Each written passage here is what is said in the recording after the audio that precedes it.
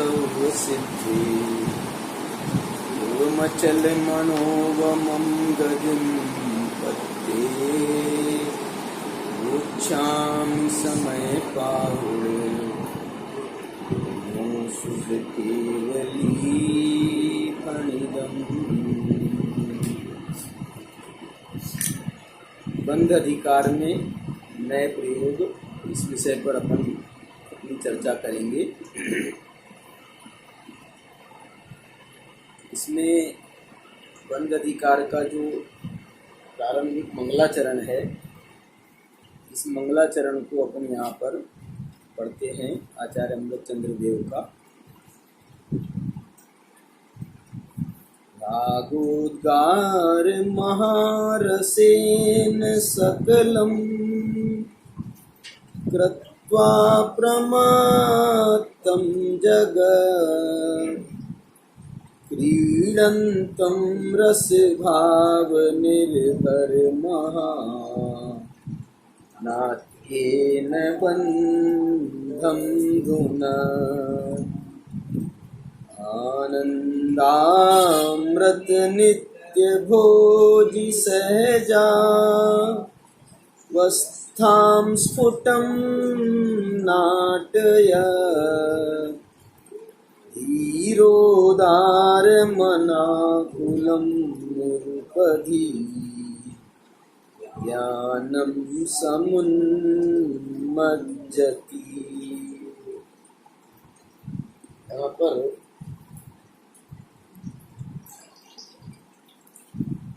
उस ज्ञान ज्योति को नमस्कार किया है। बंध अधिकार है ना, हर अधिकार में आचार्य ने, टीकाकार ने हर अधिकार में जिस तत्व की चर्चा की है उसका भी स्मरण किया है और उसका स्वरूप जिस ज्ञान के माध्यम से उजागर होता है उस ज्ञान की भी महिमा गान किया है। इसमें भी लिखा है कि कैसा है ज्ञान, धीर है, उदार है, अनाकुल है, निरुपधि है। देखो, धीरोदार मनाकुलम निरुपधि ज्ञानम समुन्मज्जति। ऐसा ज्ञान जो है वो प्रकट हो रहा है, ऐसा यहाँ कह रहे हैं। लेकिन ये जो ज्ञान है इसने बंध के स्वरूप को उजागर किया और बंध के स्वरूप को उजागर भी किया और ऐसा लिख रहे हैं आचार्य कि बंधम धुनत। बंधम धुनत का मतलब क्या है? माने बंध का नाश करता हुआ, बंधम धुनत, बंध को उड़ाता हुआ। अपन भी बोलते हैं ना, उसको धो डाला। तो ये कह रहे हैं कि बंध को धो डाला, माने बंध को समाप्त कर दिया, उसको दूर करता हुआ ऐसा ज्ञान प्रकट होता है। उस ज्ञान की यहाँ पर महिमा करी है। और वो बंध कैसा है? तो इस बंध ने भी बोले जीवन में बहुत नाटक किए। नाट्येन बंधम धुनत, नाटक इसने भी बहुत नाटक किए हैं और एक प्रकार से ज्ञान ने भी महानाटक रच करके उस बंध की छुट्टी कर दी। ऐसा भाव जो है इसमें प्रकट हो रहा है। चलिए अपन बंध अधिकार में प्रवेश करते हैं। ये जो बंध अधिकार है ये बड़ा अधिकार है। माने आप ऐसा कह सकते हो, कर्ता कर्म अधिकार सबसे बड़ा तो सर्वविशुद्ध अधिकार है, सर्वविशुद्ध ज्ञान अधिकार है। उसके बाद में कर्ता कर्म अधिकार है, लेकिन उसके बाद तीसरे नंबर पर कोई अधिकार सबसे बड़ा है, तो वो अधिकार है ये बंध अधिकार। इस अधिकार में आत्मख्याति के अनुसार 51 गाथाएं हैं और तात्पर्य वृत्ति जैसेनाचार्य जी की टीका के अनुसार इसमें 56 गाथाएं हैं, 5 इसमें अतिरिक्त गाथाएं भी हैं। ये जो अधिकार है जैसेनाचार्य ने भी, अमृतचंद्राचार्य ने तो ऐसा अधिकारों के अंदर उपाधिकार नहीं बनाए हैं, लेकिन जैसेनाचार्य ने इसमें 8 उप अधिकार बनाए, 8। और 8 उपअधिकारों के माध्यम से ये 56 गाथाओं का ये अधिकार उन्होंने लिखा है और जय सेनाचार्य के हिसाब से।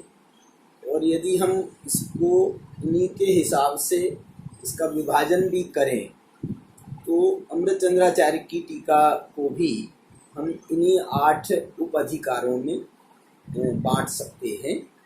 देखिए, मैंने उसमें कुछ ऐसा प्रयास किया है कि जो पहला इसका उपअधिकार है, वो पहला उपअधिकार कह लो या प्रकरण कह लें हम, मैंने 8 प्रकरणों में इस बंध अधिकार को उन्होंने विभाजित किया है। तो जो पहला प्रकरण है, उस पहले प्रकरण में उन्होंने बंध का स्वरूप बताया है, अथवा निश्चय से बंध क्या है। निश्चय शब्द का प्रयोग इन गाथाओं में आचार्य भगवान ने किया है, माने निश्चय नए आप कह सकते हो, नए प्रयोग की अपने को चर्चा करना ही है। तो निश्चय नए से बंध का स्वरूप क्या है, निश्चय से बंध का स्वरूप क्या है, वास्तव में बंध का स्वरूप क्या है, और व्यवहारिक जगत में व्यवहार नए से हम बंध किन किन चीज़ों से मानते हैं, उनका भी बाकायदा स्मरण किया है यहाँ पर। माने बंध हम किन किन कारणों से मानते हैं, उनका स्मरण करते हुए निश्चय से बंध क्या है उसका प्रकरण यहाँ पर बताया है। ये इनमें 10 गाथाएं में ये प्रकरण लिखा है। 2 लॉट बनाए हैं 5-5 गाथाओं के। 237 से 241 का एक समूह है और बाद में 242 से 246 का एक समूह है। इसमें इन्होंने, माने आप ऐसा भी कह सकते हो कि मिथ्या दृष्टि के आधार पर उन्होंने बंध का स्वरूप बताया। मिथ्या दृष्टि की 5 गाथाएं हैं और सम्यक दृष्टि की भी इसी प्रकार से 5 गाथाएं के माध्यम से जो बंध का अभाव करता है उस प्रकरण को पूरा इन्होंने बताया है। तो इस प्रकार से ये 10 गाथाओं का पहला प्रकरण है। इसके बाद में इसमें दूसरा प्रकरण जो है वो आता है हिंसा अहिंसा के संबंध में।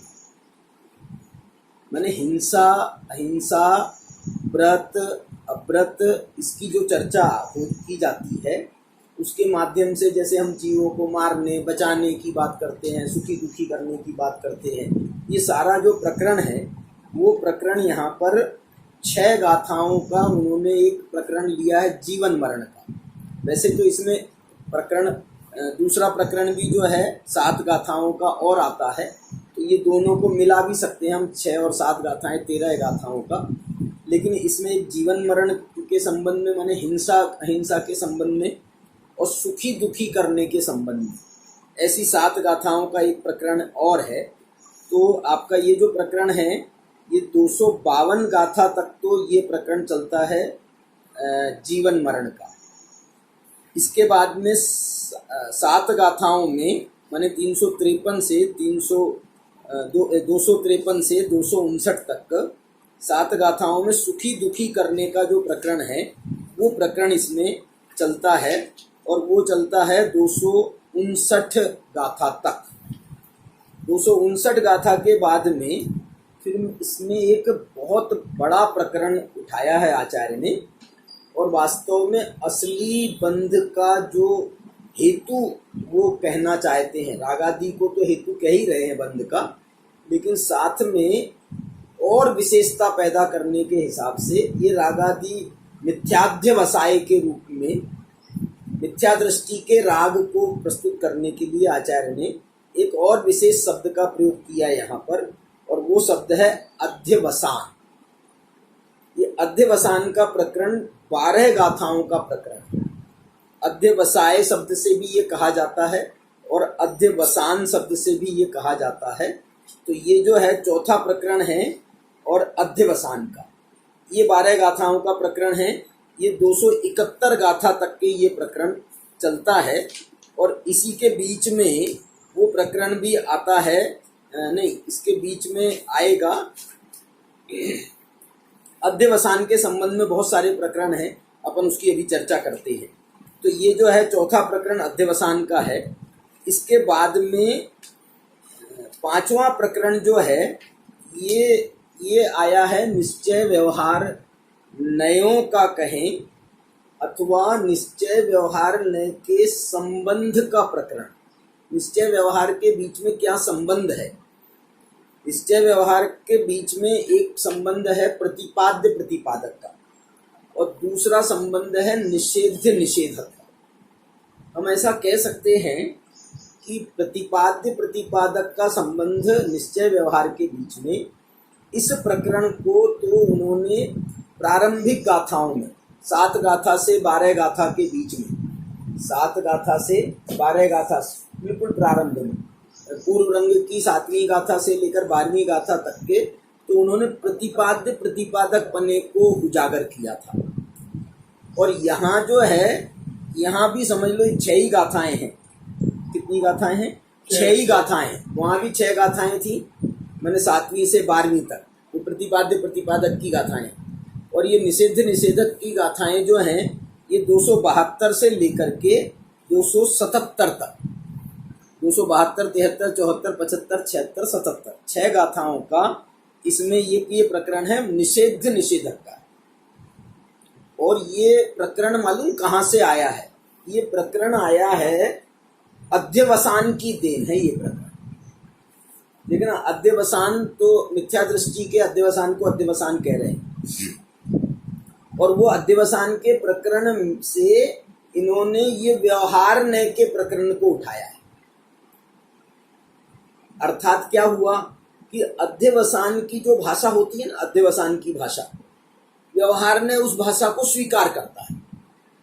अध्यवसान की भाषा क्या है? मैं मारता हूँ, मैं बचाता हूँ, मैं सुखी दुखी करता हूँ, ये अध्यवसान की भाषा है।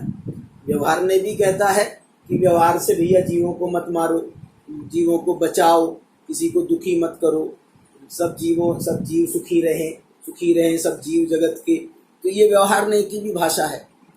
तो जैसे अध्यवसान का निषेध किया गया है यहाँ पर बंद अधिकार में, अध्यवसान का निषेध किया गया है, ठीक उसी तरह वो ये कहते हैं कि व्यवहार का भी निषेध ऐसे ही समझना। मैंने मिथ्यात्व का निषेध किया है और ये व्यवहार ने भी उसी की भाषा बोलता है, संसारी जीवों की भाषा ही बोलता है। इस कारण से ये भी निषेध करने योग्य है।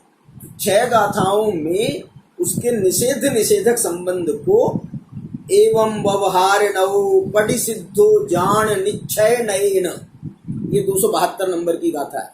इस प्रकार से माने एवं कहाँ से निकाला? क्योंकि इसके पहले अध्यवसान का निषेध किया है। तो बोले जैसे हमने अध्यवसान का निषेध किया है एवं इसी प्रकार से व्यवहार नवो पटि सिद्धो जान, उसी प्रकार से व्यवहार ने भी प्रतिसिद्ध जानो, निषेध करने योग्य जानो, निश्चय नयेन, निश्चय नय से। क्यों उसका रीजन बता रहे हैं। निश्चय नया सिदा पूर्ण मुनिनो पावंती निर्वाणम, निश्चय नय के आश्रित जो मुनिराज हैं वे ही निर्वाण को प्राप्त करते हैं। और इसके पहले देखना, मेरे को अच्छा लग रहा है ये, मैंने इससे अपने प्रकरणों को बताने से ये बात खुल करके आ रही ना। ये तो ये जो है ना, इसके पहले, इस गाथा के पहले एक कलश, अमृतचंद्राचार्य ने आत्मख्याति टीका में एक कलश लिखा है, जिस कलश को टोडरमल जी साहब ने मोक्षमार्ग प्रकाशक में भी याद किया है। और आपको मैं अभी कलश बोलूंगा, आपको याद आ जाएगा क्या है कलश। 173 नंबर का कलश है।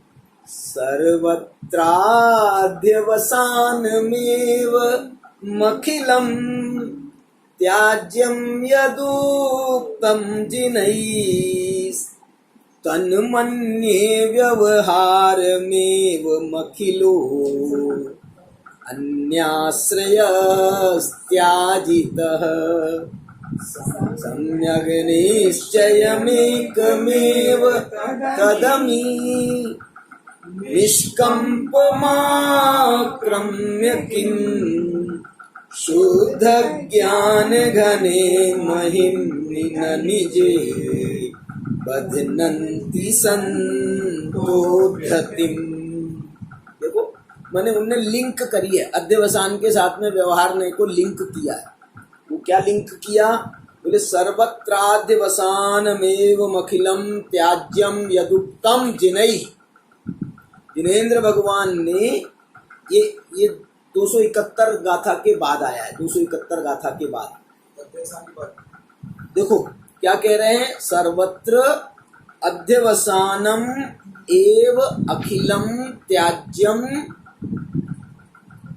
यद उत्तम जिनैः। मैंने जिनेन्द्र भगवान ने सर्वत्र अध्यवसान का निषेध किया है। क्यों? क्योंकि अध्यवसान बंध का कारण है, और बंध का कारण होने से अध्यवसान का निषेध अनिवार्य है। तो बोले निषेध, जैसे वहां पर उसका निषेध किया है, तो अमृतचंद्राचार्य इसमें मालूम क्या निकाल रहे हैं रहस्य? वो कह रहे हैं तन्मन्ये। तन्मन्ये माने हमने जैसे अध्यवसान का निषेध किया है, इसका ये मतलब है कि तन्मन्ये, इसका मतलब ये मानो, तन्मन्ये ये मानो, क्या मानो? व्यवहार एव निखिलोपी। व्यवहार भी निखिलो, निखिलो माने सारा, जैसा सारा अध्यवसान का निषेध किया गया है, ऐसे ही सारे व्यवहार का भी निषेध समझना चाहिए। कौन से व्यवहार का? देखो इसमें एक थोड़ा सा गुंजाइश रखी है, अन्याश्रय त्याजिता। जो अन्य के आश्रित होता है व्यवहार, उसका त्याग किया है। इसका ऐसा अर्थ कर लो कि व्यवहार ने दो प्रकार का होता है ना, एक तो होता है अन्याश्रित, माने संयोग आश्रित, पराश्रितो व्यवहार, और दूसरा जो है वो भेद रूप व्यवहार होता है। एक संयोग को ग्रहण करने वाला व्यवहार, तो ये संयोग का व्यवहार अन्याश्रित व्यवहार कहलाएगा। और जो भेदरूप व्यवहार है, वो भेदरूप व्यवहार तो जो है वो अन्याश्रित नहीं है, वो अपने अभेद स्वरूप में ही भेद करके अभेद को ही समझने के लिए किया जाता है। तो वो उसको वैसा त्याज्य नहीं कहा। ऐसा भेद इसमें कर सकते हैं, अन्याश्रयस त्याजितः। बोले इनका त्याग करा के क्या कराना चाहते हो? सम्यग निश्चय नेकमेव तदमी निष्कंप आक्रम्य किम। इसका अर्थ ये है कि सम्यक प्रकार से जो एक निश्चय है उसी को स्वीकार करो, और निष्कंप होकर के आक्रम्य किम। बताओ इसका क्या अर्थ करने? वो कह रहे हैं एक सम्यक निश्चय को ही निष्कंप माने निश्चलतया, आक्रम्य माने अंगीकार करके अंगीकार करके शुद्ध ज्ञान घने महिमनी न निजे बध्नन्ति संतो धृतिम। शुद्ध ज्ञान घन रूप स्वरूप अपनी आत्मा में तू क्यों उसमें आश्रय नहीं लेता है, और बध्नन्ति संतो धृतिम, तू उसमें स्थिरता क्यों नहीं धारण करता है? ऐसा कह रहे हैं। मैंने अब ऐसा जो अपना शुद्ध ज्ञान घन स्वरूप आत्मा है, उसमें तू स्थिरता को धारण क्यों नहीं करता है? इस प्रकार से यहाँ पर ये प्रकरण कौन सा प्रकरण से जोड़ा है? अध्यवसान के प्रकरण के साथ में व्यवहार नय के प्रकरण को जोड़ा है, और व्यवहार नय के प्रकरण के साथ में उन्होंने निश्चय व्यवहार के बीच में जो प्रतिषिद्ध व्यवहार निश्चय के बीच में प्रतिषेधक संबंध है, निषेध निषेधक संबंध है, उस संबंध की 6 गाथाएं यहाँ पर प्रस्तुत की है ना, 277 तक। फिर 277 के बाद में एक प्रकरण फिर जो उन्होंने उठाया है कि जो ज्ञानी होता है ना, ज्ञानी, वो ज्ञानी व्यवहार का निषेध करके निषेध किया निश्चय ने, तो वो ज्ञानी कैसा होता है? वो ज्ञानी इसके माध्यम से फिर राग नहीं करता। उसने व्यवहार का निषेध कर दिया, सारे संयोगों का निषेध कर दिया, वहां से लक्ष्य हटा करके अपने शुद्ध स्वरूप में लक्ष्य ले आता है, तो उससे ज्ञानी को राग नहीं होता है, और राग नहीं होता है तो बंध नहीं होता है। ये वाला एक प्रकरण इन्होंने स्फटिक मणि के उदाहरण के माध्यम से यहाँ पर समझाया है। 5 गाथाओं का प्रकरण है ये, स्फटिक मणि वाला 5 गाथाओं का प्रकरण है, और ये 278 से 282 गाथा तक के उन्होंने इसकी चर्चा करी है। और इसके बाद में फिर 7वां प्रकरण जो है, वो 7वां प्रकरण वो वाला प्रकरण है जिसमें उन्होंने देखना ज्ञानियों की कहा ना, ज्ञानी राग नहीं करते हैं, ज्ञानी राग नहीं करते हैं, द्वंद्व नहीं होता। तो उसमें उन्होंने अब ये समझाया है, ज्ञानी को राग नहीं होता है ना, तो यहाँ ये बात कर रहे हैं जब ज्ञानियों को राग नहीं होता है, लेकिन यदि राग नहीं होता है तो फिर ये प्रतिक्रमण, प्रत्याख्यान, आलोचना, ये विधान मुनियों को क्यों बताए गए? प्रतिक्रमण प्रत्याख्यान की क्या आवश्यकता है? बोले वो भी जो है ना, प्रतिक्रमण प्रत्याख्यान आलोचना भी जो है वो ज्ञानी जो करता है ना, करता तो है, व्यवहार में तो रह करके करता है, लेकिन निश्चय में तो ज्ञानी उस राग से भी अपने को भिन्न जानता है। कौन से राग से? जो अप्रतिक्रमण, अप्रत्याख्यान, अनालोचना संबंधी राग हुए हैं या अतिचार आदि दोष लगे हैं उसको, उनसे भी अपने स्वरूप को भिन्न जानता है। तो उनसे अपने स्वरूप को कैसे भिन्न जानता है? कि वो ये मानता है कि भैया ये जो द्रव्य अप्रतिक्रमण है और भाव अप्रतिक्रमण के दो भेद बताए गए हैं। मैंने आचार्य भगवान ने वो वाला प्रकरण मैंने एक बार और पहले भी आपको बताया था, जीव जीव अधिकार के प्रसंग में, कि ये द्रव्य अप्रतिक्रमण, भाव अप्रतिक्रमण के जो दो भेद किए हैं, ये इस बात को बताने के लिए किए हैं कि ये अप्रतिक्रमण का, भाव अप्रतिक्रमण का संबंध द्रव्य अप्रतिक्रमण के साथ में, द्रव्य अप्रतिक्रमण का संबंध भाव के साथ में है। इनका परस्पर निमित्त नैमित्तिक संबंध है। आत्मा अकारक है आत्मा उससे बिल्कुल भिन्न है, आश्रमों से भिन्न है ना। तो आत्मा यहाँ पर ये आश्रमों से भी भिन्न है, अतिचारों से भी भिन्न है, रागादि से भिन्न है, अध्यवसानों से भिन्न है। तो ये जो है यहाँ पर वो प्रकरण भी आचार्य ने एक उदाहरण स्वरूप एक प्रकार से बता सकते हैं कि वो उसको भी इस प्रकार से उनका निषेध, अप्रतिक्रमण अप्रत्याख्यान का जो निषेध है वो अपने स्वरूप के अवलंबन से वो करते हैं। बोले साहब संत उस इसमें अब इसके बाद में उन्होंने ये बताया है कि वो जो है ना, जयसेनाचार्य और अमृतचंद्राचार्य ने गाथाओं को आगे पीछे किया है। जयसेनाचार्य ने वो गाथा पहले ली है तो उनका वो 7वां प्रकरण हो गया, और अमृतचंद्राचार्य ने इन गाथाओं को पहले लिया तो ये 7वां प्रकरण हो गया, और वो प्रकरण 8वां हो गया। ठीक है, तो आधा कम्मम जो है वो आधा कम्मम वाला एक और उदाहरण दिया। क्या बोल रहे हैं मालूम? माने ये अप्रतिक्रमण और अप्रत्याख्यान जो होता है वो किसके माध्यम से होता है मुनियों को? तो मुनियों के जो दोष गिनाए गए हैं भोजन के संबंध में, आहार के संबंध में मुनियों के दोष गिनाए गए, और वो दोष गिनाए गए हैं। एक दोष महादोष माना गया है अधय कर्म का, महादोष माना गया है। अधय कर्म कहते हैं उसको, प्राकृत में आधा कम्मम शब्द डाला है। तो वो अधय कर्म जो है वो मुनिराज जो है उसका निषेध करते हैं, वो नहीं करते हैं। और इसी प्रकार से उसी डिफरेंस में जैसे अधय कर्म है वो दोष है महा, उसी प्रकार से औद्देशिक भोजन, औद्देशिक आहार और आपका ये जो है ना आवास आदि, ये भी औद्देशिक आवास आदि भी कहलाते हैं। तो ये दोष जो है उनने औद्देशिक दोष को भी यहाँ पर लिया, उद्देश्यम, आधा कम्मम उद्देश्यम च। ये जो है 287 गाथा, इस प्रकार से ये जो गाथा है ना, ये गाथा में मालूम क्या बताया? यहाँ पर तो 200 ये जो 3 गाथाएं थी अप्रतिक्रमण वाली, इन गाथाओं में बताया है आत्मा अकारक,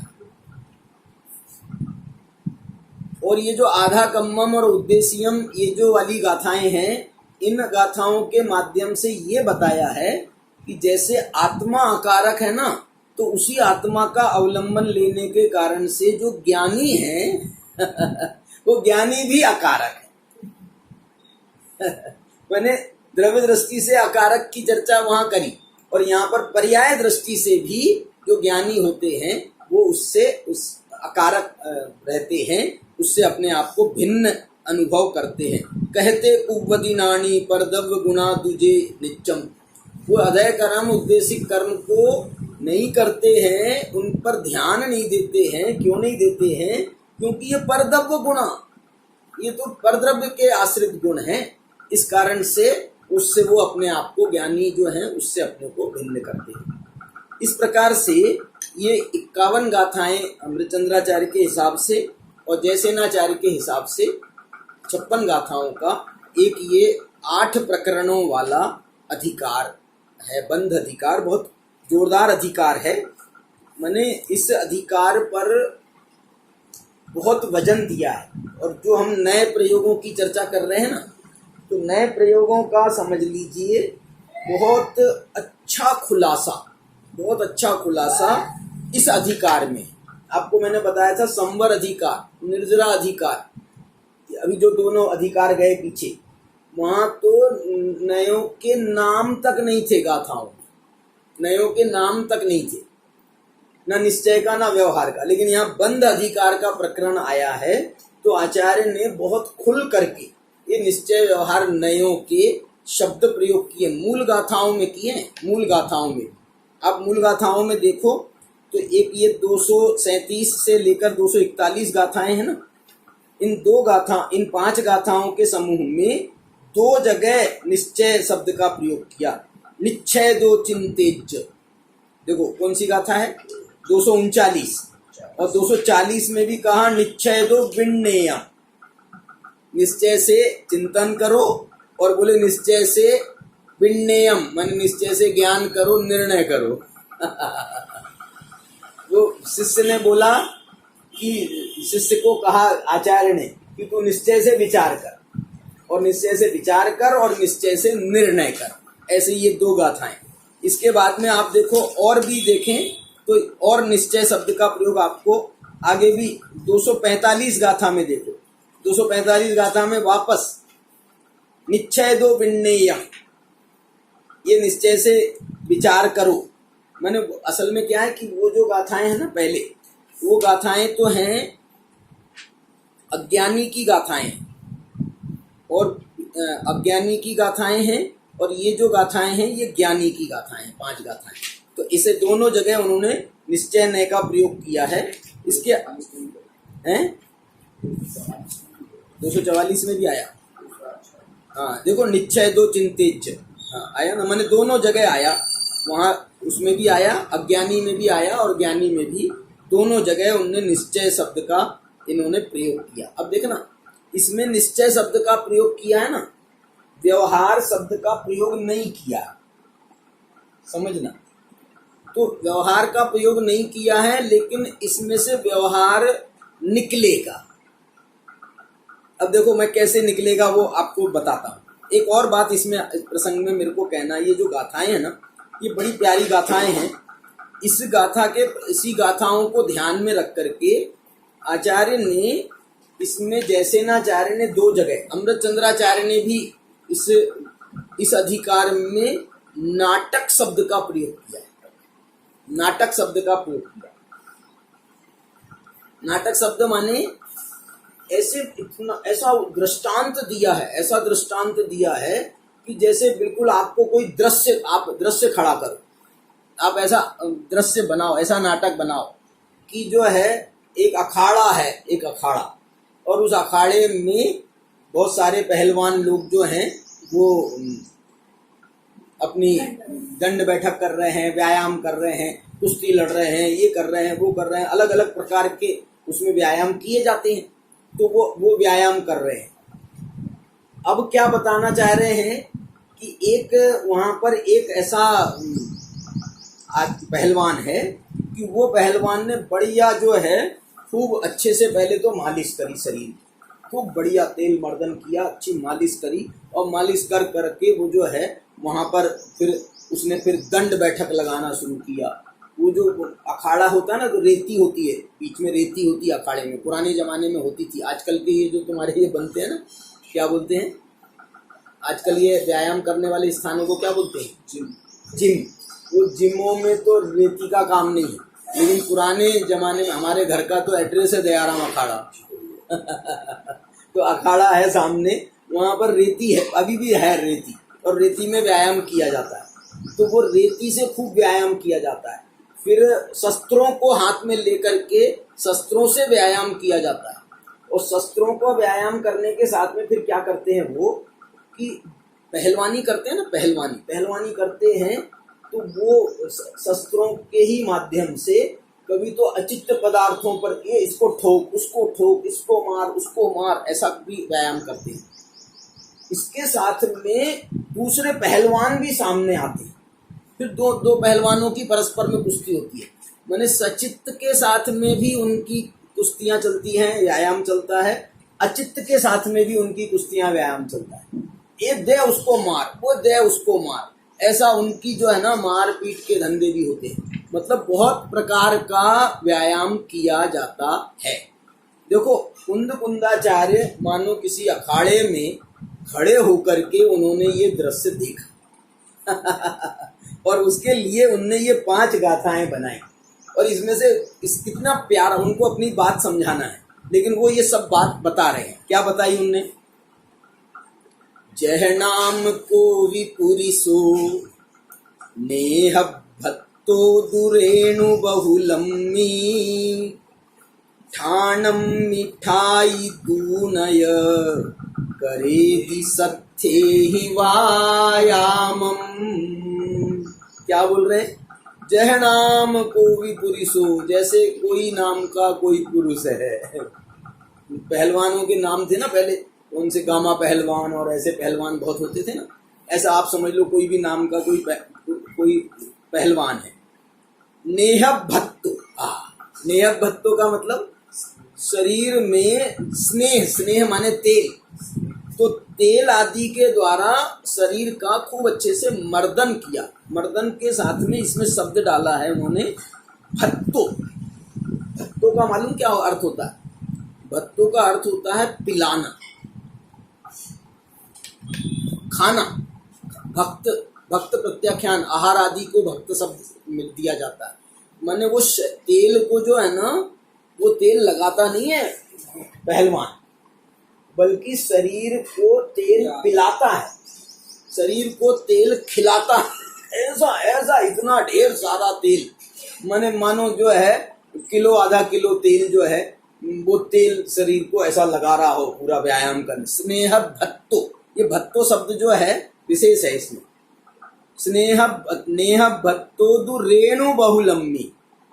अब ऐसा पहले तो ये तेल मर्दन किया और उसके बाद में फिर अखाड़े में उतरता है। कौन से अखाड़े में? रेणु बहुलम्मी। वो जो है बहुत सारी रेती जो है, उसमें बहुत सारी रेती के अखाड़े में वो उतरता है। ठाणम्मी ठाई दूनय, और उसी स्थान में खड़े होकर के, रेणु बहुलम्मी ठाणम्मी माने रेती के स्थान में खड़े होकर के बहुत अपने व्यायाम करता है। और सत्थे ही व्यायाम है, सत्थे ही माने शस्त्रों के माध्यम से। माने ये जो है ना, कुछ तो यहाँ पर अखाड़े में कुछ तो वैसे होते हैं दंड बैठक के वगैरह के, कुछ वैसे होते हैं, और कुछ तो बाकायदा शस्त्र होते हैं। तलवार तो नहीं होती है, लेकिन गदा वगैरह होती है, और वो बड़े बड़े वो किसी को लग जाए ना तो उसका सर फूट जाए, इतने मतलब भारी भारी भी होते हैं वो जो कुछ उठाने के होते हैं व्यायाम। तो ऐसे जो हैं ये उसको इन्होंने शस्त्र संज्ञा दी है आचार्य ने। सत्य ही व्यायाम। और क्या करता है उसके माध्यम से? व्यायाम जब वो करता है ना, तो छिंदति भिंदति यतः, तो किसी को छेदता है, किसी को भेदता है, किसी को मारता है, पीटता है। ताली तल कयली वंश पिंडियो, ये जो है समझ लो ये जंगल में है ये अखाड़ा, और वहां पर अखाड़ा हो रहा है, तो वो जो है व्यायाम करता हुआ वो निकल गया जंगल में। और ये जो है ना, ये अनेक प्रकार की वनस्पतियां, कौन कौन सी वनस्पति हैं? ताली, तल, कदली, वंश, ये सब वनस्पतियों के उदाहरण हैं। ये कौन कौन सी? ताली माने ताड़, तल माने तमाल, कदली माने केल, वंश केली कहो, और वंश माने बांस, और पिंडी माने अशोक। ये वंश पिंडी वैसे एक शब्द भी है, अशोक आप आदि में ले सकते हो, या फिर मेरे को पक्का नहीं मालूम, हो सकता है ये ऐसा भी होगा। तो ये जो है ना, इतने वृक्षों को अब वो व्यायाम कर रहा है ना भैया, तो वो जो है उसको छेदता है, भेदता है। ये सब धंधे कर रहा है। करेदि दव्वान मुव घादम। लो, इनका विचारों का, इन विचारों ने क्या बिगाड़ा था, और तुम जो है लेकिन अपना व्यायाम करने के चक्कर में तुम उसका जो है घात कर रहे हो। दव्वान मुव घादम, उपघात शब्द का प्रयोग है। फिर क्या करता है, उवाध घादम कुवंतस् तस् नाना विहेहि कर्णेहि। ये जो है ना व्यायाम किया जाता है ना, तो ये अनेक प्रकार का व्यायाम कैसे हो जाता है मालूम? कुछ व्यायाम तो वो हाथों के लिए करता है, कुछ व्यायाम वो पैरों के लिए करता है, कुछ व्यायाम वो अपने कंधों की मजबूती के लिए करता है। तो ये जो है ना, इनको करण कहा गया। करण ये इंद्रियां हैं, शरीर की जो इंद्रियां हैं। इंद्रियां दो प्रकार की कहलाती हैं, एक तो ज्ञानेंद्रियां और दूसरी कर्मेंद्रियां। तो यहाँ पर जो है ना, आप कर्मेंद्रियों को ले सकते हो। करने ही अनेक प्रकार की इंद्रियों के माध्यम से वो व्यायाम करता है। घादम कुवन तस् नाना व्ययी करने। अब देखो इसने क्या क्या काम करे हैं, क्या क्या काम किए हैं। एक तो व्यायाम किया है, दूसरा इसने रेत में घुसा है, फिर इसने जो है ये जो है ना सचित अचित द्रव्यों का घात किया है, और इसके बाद में इसने अपने पूरे इंद्रियों के माध्यम से भी उसने पूरा इंद्रिय विषयों का सेवन किया है, ऐसा भी समझ लो। इतना सब करने के बाद में अब आचार्य हमसे एक प्रश्न पूछ रहे हैं। ये पूरी कहानी, ये पूरा दृष्टांत, कितना बढ़िया नाटक लिखा जा सकता है इसमें। एक दृष्टांत देकर के आचार्य हमको कह रहे हैं, निच्छेदो चिंते जदु किम पच्चय गोदुरय बंधो। क्या पूछ रहे? अब तुम निश्चय से चिंतवन करो। ये पूरा हमने आपको बता दिया कि इसने कौन कौन से धंधे किए हैं। जीवों को मारा है, घात किया है, वो शरीर से इंद्रियों को पुष्ट करने वाली चीजों का सेवन किया है, ऐसा कह लो आप। पहलवान है ना, 2-2 किलो दूध पी जाते हैं, मैंने उनका खान पान भी वैसा होता है। तो ये इंद्रिय ही में आप वो सब ले सकते हो, शरीर को पुष्ट करने वाली बहुत सारी चीजों को खाया पिया। तो जो है ये सब हुआ, द्रव्यों का घात किया है, ये किया है। तो आप हमको विचार करके बताओ, किम पच्चय गोदुरय बंधो। अब ये जो जब ये व्यायाम करा है ना, तो इसके शरीर में बहुत धूल जो है, धूल के बीच में तो किया ही है, तो पूरी धूल उसके शरीर में लग गई, लिपट गया है पूरा धूल से। ये जैसे कोई कीचड़ में गिर जाए तो उसके ऊपर कीचड़ लग जाता है ना, ये कीचड़ में नहीं गिरा है, इसने तो व्यायाम किया है, और व्यायाम करते हुए ये पूरा रज का इसको बंध हुआ है। लेकिन हम ये पूछ रहे हैं कि इसको ये जो रजबंध हुआ है किस कारण हुआ है? किम पच्चय को, कौन प्रत्यय है, असली कारण कौन है जिस कारण से इसको रज का बंध हुआ है? अब ये 240 गाथा में तो इसका जवाब है। आप जवाब देने के पहले आप इसका उत्तर खोजो। किम पच्चय गोदु रजबंधो, किम पच्चय गो, क्या उसने जो तेल लगाया था सबसे पहले उससे रजबंध हुआ है, या जो वो रेणु बहुलंबी स्थानम्मी वो व्यायाम किया इसके कारण से उसको ये जो है रजबंध माने रेत में खूब खेला है ना उससे हुआ है, या शस्त्रों के साथ में व्यायाम किया है उससे हुआ है, या सचित अचित द्रव्यों का घात किया है उससे उसको रजबंध हुआ है, या जो उसने अपने इंद्रियों को पुष्टि करने वाली वो जो है चीजों का भक्षण किया है उससे उसको रज का बंध हुआ है। काय से उसको रज का बंध हुआ है बताओ? किम पच्चय गोदु रज बंधु, किस प्रत्यय से उसको रजबंध हुआ है? तो 240 गाथा में आचार्य उत्तर दे रहे हैं, जो सोदु नेह भाव। अरे सबसे पहले जो इसने उस स्नेह भाव तेल से अपने शरीर का मर्दन किया था। नेह भाव तम में नरे, उस नर ने जो शरीर में तेल चिकनाई लगाई थी, तेन तस्य रय बंधो, उसके द्वारा उसको रज का बंध हुआ है। निश्चय दो विण्णेयम, निश्चय से विचार करो, उससे रज का बंध हुआ है। और किन से रज का बंध नहीं हुआ? और किन से रज का बंध नहीं हुआ है?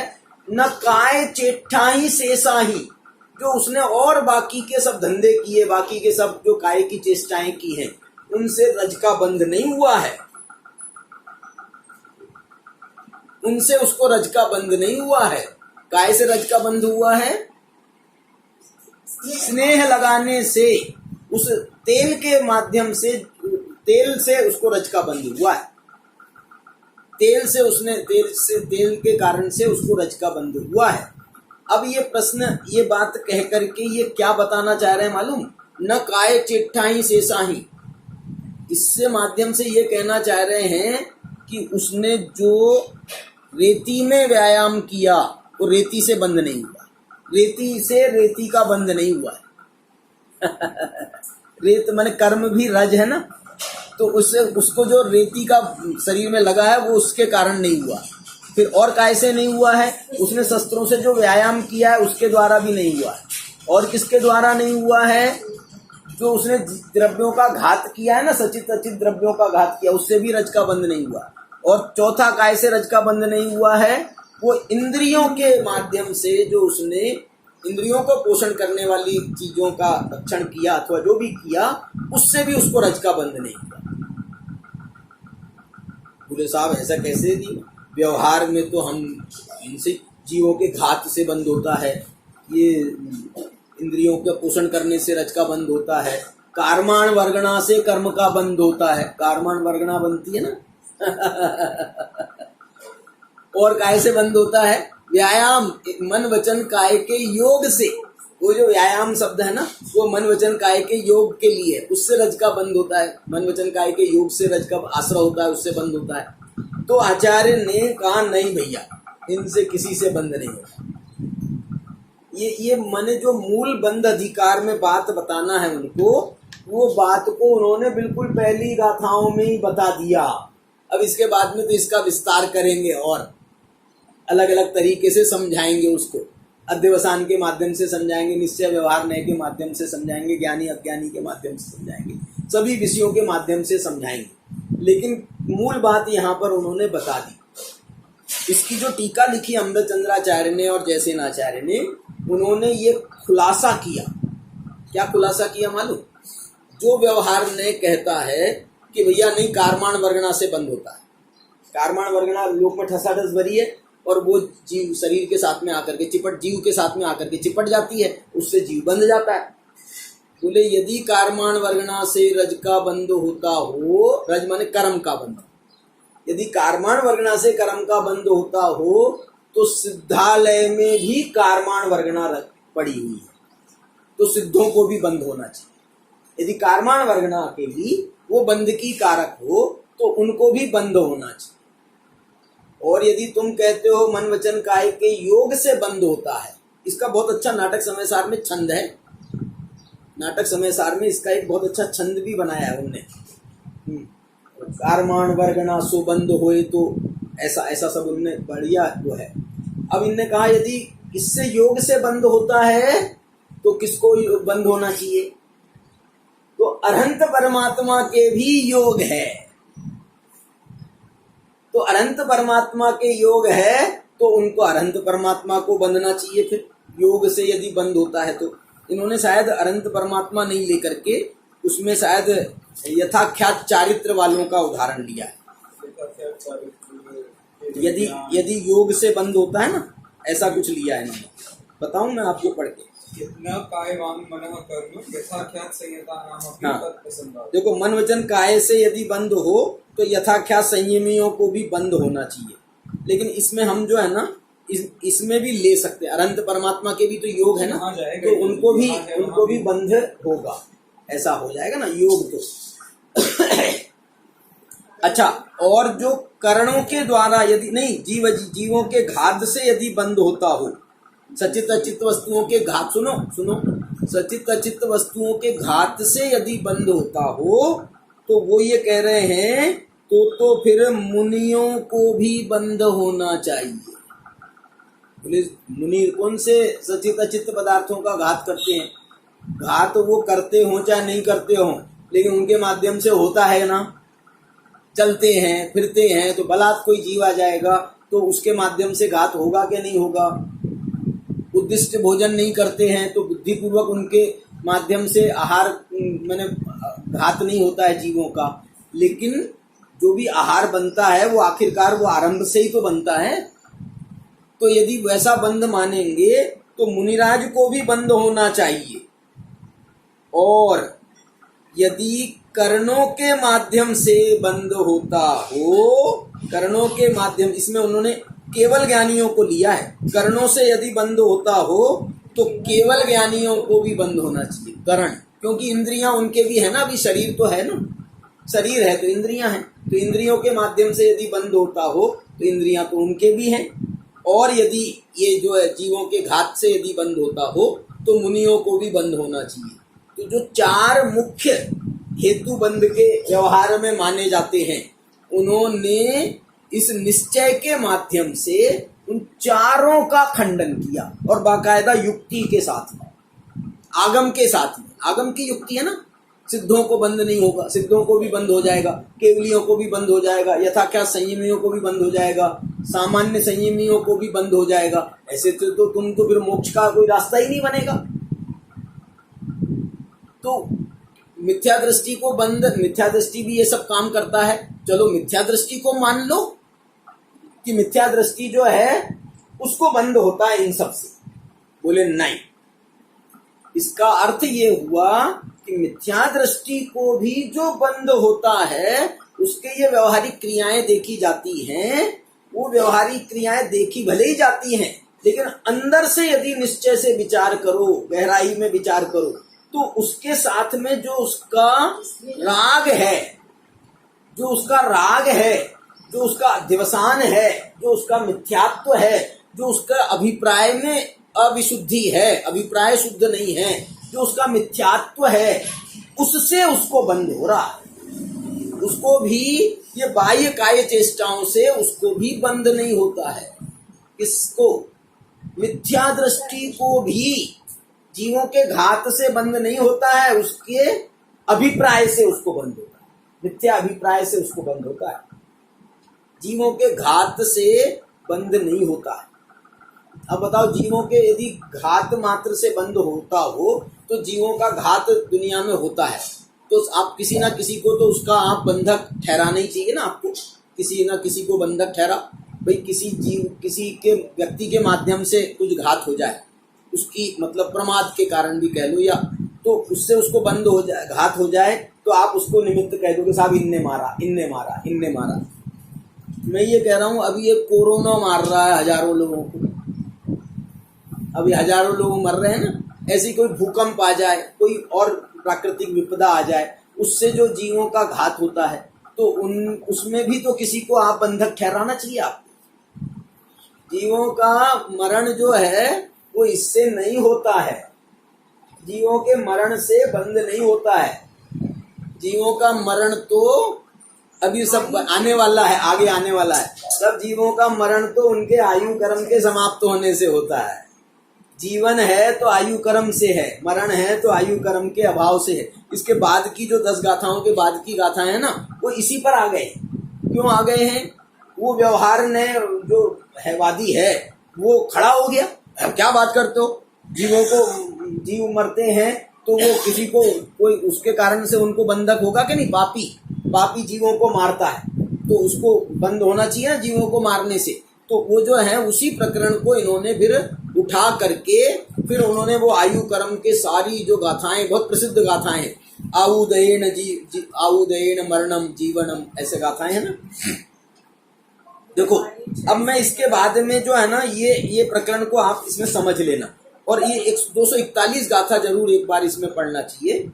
एवं मिच्छादित्थि वट्टन्तु बहुविहासु चिट्ठासु रागादि उवोगे कुवंतो लिप्पदी रैन। क्या कह रहे? इस प्रकार से मिथ्या दृष्टि बहुत प्रकार की चेष्टाओं में वर्तन करता है वर्तन बहुत प्रकार की चेष्टाओं में, लेकिन लिप्पदी रैन किम, वो रज से माने कर्म से बंध, कर्म का बंध किस कारण से करता है? रागादि उवोगे कुवंतो, वो अपने उपयोग में रागादि को करता हुआ बंध को प्राप्त होता है। बंध को प्राप्त जो है वो काय चेष्टाओं के द्वारा वो भी बंध को प्राप्त नहीं होता। वो भी जो बंध को प्राप्त होता है वो उपयोग में रागादि करने से प्राप्त होता है। मैं ये बात बताना चाह रहा हूं आपको, आचार्य ने यहाँ पर एक विशेष शब्द का प्रयोग किया है। उन्होंने ये नहीं कहा कि रागादि से बंध होता है, उन्होंने एक विशेष शब्द का प्रयोग किया, उपयोग में रागादि करने से बंध होता है। इस पर विचार करने की जरूरत है, विद्वान इस पर विचार करें। और इसकी टीका में भी आचार्य ने इस पर ये लिखा है, टीका में भी आचार्य ने इसमें यही बात को लिखा है कि उपयोग में रागादि करने से बंध होता है। देखो, इसलिए न्याय बल से ही यह फलित हुआ, टीका पढ़ रहा हूं आखिरी, उपयोग में रागादिकरण बंध का कारण है। उपयोग में रागादिकरण, देखो स्वामी जी एक बात बोलते थे कि जो मिथ्या दृष्टि है ना, राग तो सम्यक दृष्टि को भी होता है। राग, देखो मेरी तरफ ध्यान दो, राग तो सम्यक दृष्टियों को भी होता है, लेकिन ये जो उपयोग में राग वाली बात कह रहे हैं ना, तो स्वामी जी इसके लिए इस भाषा में बोलते थे कि सम्यक दृष्टि को राग तो होता है लेकिन राग का राग नहीं होता है। इसके लिए एक शब्द और आता है, वो अभिप्राय पूर्वक, बुद्धि पूर्वक राग नहीं करता। सम्यक दृष्टि बुद्धि पूर्वक राग नहीं करता। बुद्धि पूर्वक का मतलब बुद्धि में आने से नहीं है, बुद्धि में आने से नहीं है, बल्कि राग करने योग्य है, इस बुद्धि से राग नहीं करता। सम्यक दृष्टि माने उसका अभिप्राय जो है वो राग के संबंध में भी एकदम निर्मल है। उसका अभिप्राय कि राग करने योग्य चीज नहीं है। राग कर, कोई भी राग, संज्वलन का राग ही क्यों ना हो, वो भी करने योग्य नहीं है।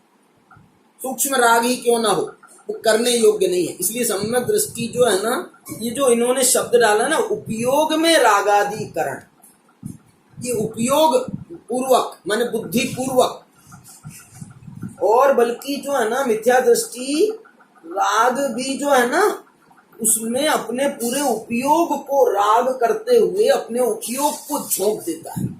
उपयोग को झोंक देता है माने राग करने योग्य है, अरे हम नहीं करेंगे तो, ऐसा उसको जो ये पुष्टि करता है, सिद्ध करता है। राग नहीं करेंगे तो क्या होगा, राग नहीं करेंगे तो घर कैसे चलेगा, दुकान कैसे चलेगी, ये कैसे होगा, वो कैसे होगा, माने सारा उसको करने के लिए वो जैसे ये सारे काम दुनिया के जिन कामों को तू बता रहा ना, मैं अपना उपयोग नहीं लगाऊं तो कैसे होंगे, मैं अपना उपयोग नहीं लगाऊं तो कैसे होंगे, ये सारे काम होते हैं पुण्योदय से। बोलो, आपके पास में धन पैसा आता है, दुकानदारी अच्छी चल रही है, नहीं चल रही है, घर गृहस्थी अच्छी चल रही है, तुम्हारा पुण्य है तो सब ठीक है, और पुण्य नहीं है तो तुम कितने ही मर जाओ, खपा लो अपने उपयोग को, कुछ नहीं हो सकता है। तो उपयोग करने से तो कुछ नहीं होता है ना। लेकिन वो मिथ्या दृष्टि को ये बात समझ में नहीं आती है। उसको तो यही समझ में आता है कि भैया मैं उपयोग लगाता हूँ, मैं ध्यान देता हूँ, इसलिए ये सब होता है। तो ये उपयोग में रागादि करना, ये एक बहुत जो है ना, ये सूक्ष्म बात थी जो आचार्य ने यहाँ भी लिखी, और जब ज्ञानी के प्रकरण में आया तो उनने ज्ञानी के प्रकरण में भी लिख दिया कि जो ज्ञानी होता है ना, वो उपयोग में रागादि नहीं करने के कारण से वो बंधता नहीं है। ये 246 गाथा देखो, एवं सम्मादिट्ठी, बाकी की जो 4 गाथाएं हैं ना, वो तो पहले जैसी गाथाएं। एवं सम्मादिट्ठी वट्टन्तो बहुविहेषु जोगेषु। बहुत प्रकार के योग में सम्यक दृष्टि भी लगता है, काय चेष्टाओं में बहुत लगता है। यहाँ तो काय चेष्टा अकेला नहीं लिया, काय योग अकेला नहीं लिया, जोगेषु मन मन वचन काय के योग सभी ले लेना। लेकिन अकरंतो योगे रागादि, वो अपने उपयोग में रागादि को नहीं करता तो न लिप्पदी रहे न, इसलिए वो रज से भी कर्म बंध से भी लिप्त नहीं होता है। इस प्रकार से इसमें इन्होंने ये बताया। और एक बात, एक और कलश मैं आपको सुनाना चाहता हूँ। ये सब इसमें कह दिया ना, ये व्यवहार का निषेध कर दिया एक प्रकार से। वो व्यवहार का निषेध की गाथाएं तो आगे आएंगी, निषेध निषेधक संबंध वाली, लेकिन यहाँ पर इन्होंने इस व्यवहार का पूरा निषेध यहीं पर कर दिया कि जीवों को मारने से नहीं होगा, ये काय मनोजन काय की चेष्टा करने से बंद नहीं होता, मारने पीटने से बंद नहीं होता, ऐसा सब कह दिया ना। तो यहाँ आचार्य को, अमृतचंद्राचार्य को एक खतरा लगा। खतरा काय का लगा? अरे यार, ये लोग निश्चयाभासी ना हो जाएं निश्चयाभासी ना हो जाएं, स्वच्छंद प्रवृत्ति ना करने लगे, जो लोगों को मारेंगे पीटेंगे और बोलेंगे साहब हम कौन होते हैं मारने पीटने वाले। तो जो है ऐसा ना हो जाए, तो इन्होंने एक कलश लिखा है इसमें, बहुत जोरदार कलश है, पृथ्वी छंद है। इसकी राग थोड़ी कठिन है लेकिन बहुत बढ़िया छंद है। ये 166 नंबर का छंद है, इन्हीं गाथाओं के बाद में आया है। एक तो 165 नंबर का आया है, वो 165 में तो वही बात दोहराई है उनने, कौन सी जो टीका में दोहराई थी ना, लोकः कर्म ततोस्तु सोस्तु च परिस्पंदात्मकम कर्म तत्। ये पूरा लोक कर्म से भरा है, कार्मण वर्णा से भरा है। यदि उससे बंद होता हो तो फिर तो सबको बंद होना चाहिए, वो वाला कलश है ये। लेकिन जो 166 कलश है ये स्वच्छंद प्रवृत्ति के निषेध के लिए है। देखो क्या लिख रहे हैं, तथापि न निरर्गलम चरितुमिष्यते ज्ञानिनां तदायतनमेव सा किल निरर्गला व्याप्रति अकामकृत कर्म तन् मतमकारणं ज्ञानिनां वयं नहि विरुध्यते किम करोति ज्ञानाति च। देखो एकदम स्पष्ट कह रहे हैं, बहुत स्पष्ट कह रहे हैं अमृतचंद्राचार्य निश्चयाभास स्वच्छंदता के विरोध में। तथापि न निरर्गलम चरुतम इष्यते ज्ञानिना। भाई हमने ये स्वरूप तो बताया है आपको, वस्तु का स्वरूप, लेकिन इसका अर्थ ये नहीं है कि ज्ञानियों को निरर्गल चरितुम इष्यते, उनको निरर्गल चारित्र का पालन नहीं करना चाहिए, स्वच्छंद प्रवृत्ति नहीं करना चाहिए। तदायतनमेव सा किल निरर्गला व्याप्रति। क्यों? क्योंकि ये जो जितने व्यवहार के उपक्रम बताए हैं ना, ये उसी के तो आयतन है। आप जीवों की हिंसा करोगे उससे बंद नहीं होगा, लेकिन वो हिंसा में आपने राग किया कि नहीं किया? आपने मन वचन काय के योग की प्रवृत्ति करी, उसमें भी आपकी कषाय साथ में हुई क्या नहीं हुई? तो राग तो उसके साथ में ही चलता है। इसलिए जो है ना वो तदायतन में, ये राग के आयतन है। ये सब मन वचन काय का योग कहो या जो भी प्रवृत्तियां हैं, वो सब जो हैं वो सब प्रवृत्तियां उसके आयतन है। तदायतन में सा किल निरर्गला व्याप्रति। और यदि उसका तुम निषेध कर दोगे आयतनों का, तो ये तो फिर निरर्गल पना, स्वच्छंद पना व्याप्त हो जाएगा। देखो ज्ञानी कैसा होता है, ज्ञानी कैसा होता है? ज्ञानी ऐसा होता है अकाम कृत कर्म तन। वो जो है ज्ञानी की मान्यता, मतम ज्ञानी का मत तो ऐसा है, अकाम कृत कर्म, माने वो कर्म करता है लेकिन उसको चाहता नहीं है। अकाम, अकाम माने अकाम माने चाहना नहीं, काम माने इच्छा, अकाम माने बिना इच्छा की। अकाम कृत कर्म, जो भी उसके कर्म होते हैं वो बिना इच्छा के होते हैं, इसलिए उस ज्ञानी को बंध का अकारण माना है।